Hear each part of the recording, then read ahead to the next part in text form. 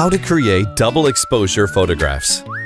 Double exposure photography is increasingly popular, and it's a fun way to create nostalgic-looking photos. You can create them simply by taking two photos and superimposing them over each other. But to get great results, you usually have to tweak it a bit. In this video, you'll learn how to create your own double exposure photos and get great results with a couple useful tricks.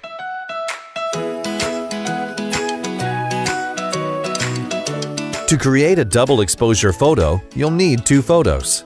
It's best to use something simple like a texture or landscape photo for the background because it helps keep your foreground photo visible. For the foreground photo, a high-contrast silhouette photo like this one works great. We got these photos from Shutterstock.com, but you can easily photograph your own by shooting them with the sun behind your subject.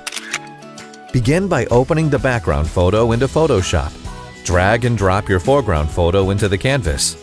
Photoshop should automatically have the transform tool activated for you when you drag and drop your photo.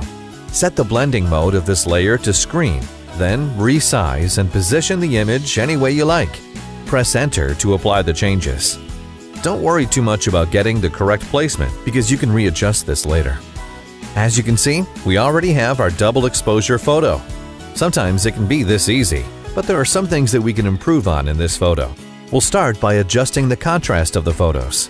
In the Adjustments panel, add a Curves Adjustment layer. We can use this Curves Adjustment to increase the contrast of our foreground photo. But if you try making any adjustments, you'll see that it's affecting the background layer when we only want it to affect the foreground layer.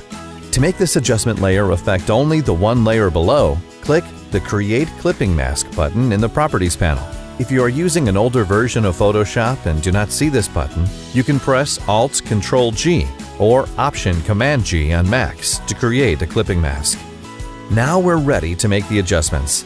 In the Properties panel, select the On-Image Adjustment tool. Click anywhere in your image and drag up to brighten and down to darken. For our image, we're going to drag upwards on the sky to make it brighter, then drag downwards on the subject to darken the area. If this technique isn't creating enough contrast, you can try adjusting the curves directly. Start by clicking in the middle to create a new point and dragging it towards the left until the sky overexposes. Drag the bottom left point to darken the shadows. You can also adjust the brightness and contrast of your background layer by adding another curve adjustment layer above it.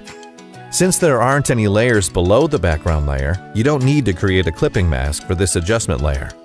Make any adjustments you like the same way you did with the other curves adjustment layer.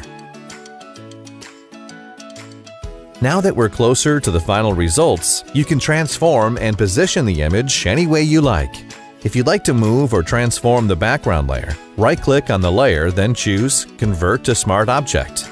This will unlock the layer and allow you to non-destructively transform the layer. Next, we're going to add a low-contrast photo effect with a slight split toning effect. Create a new Curves Adjustment layer and position it as the top layer. To lower the contrast, simply drag top right point down, then the bottom left point up. In the Channel drop-down menu, switch to the Blue channel. Drag the bottom left point up to add some blues to the shadows of your photo, then drag the top right point down and add some yellows to the highlights of your photo. Sometimes the colors can be a little too strong, so if you want to desaturate it, add a Vibrance Adjustment layer from the Adjustments panel. Adjust the vibrance or saturation setting to get the effect that you like. There are many photo effects that work great with double exposure photos. You can turn your photo into black and white by adding a black and white adjustment layer. Or you can apply vintage or film effects with the many Photoshop actions that you can download. Our favorite are these faded film actions by SparkleStock. They let you apply film and retro effects with just one click. Simply play the Render All Effects action, then go into your History panel to pick an effect. There are also several other action sets that work well with double exposure photographs, and you can find the download links to these Photoshop actions in the video description. We're done! Here are some more examples of double exposure photos created with this technique.